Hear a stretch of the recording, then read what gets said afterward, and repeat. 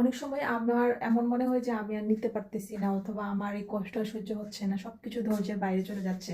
ঠিক ওই মোমেন্টে আমি কি করি জানেন? ঠিক ওই মোমেন্টে আমি তখন মনে মনে বলি যে, হে আল্লাহ, তুমি আমার মনে একটু শান্তি দাও, আমাকে একটু শান্তি দাও, আমাকে আর একটু ধৈর্য দাও।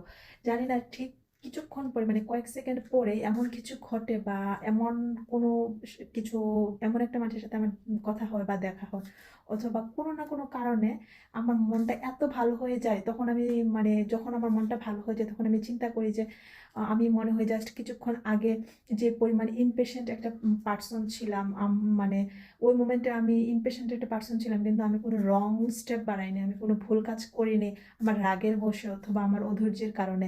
ওইটার জন্য আমি শুক্রিয়া আদায় করি।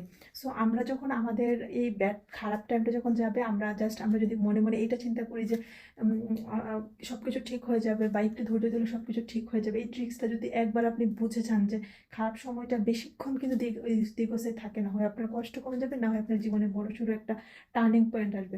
সো এই ট্রিক্সটা পালন করলে আপনি জীবনে কখনোই ঠকবেন না, ইভেন আপনার ভেতরে ধৈর্যের একটা পাহাড় তৈরি হয়ে যাবে। আপনি কিন্তু এই জিনিসটার কারণে অনেক কমপ্লিমেন্টস মানুষের কাছে পাবেন যে না, সে খারাপ সময় ভেঙে পড়েনি, সে একটা ধৈর্যশীল প্রাণী ছিল, ধৈর্যশীল মানুষ ছিল। সো এই ট্রিক্সটা পালন করেন।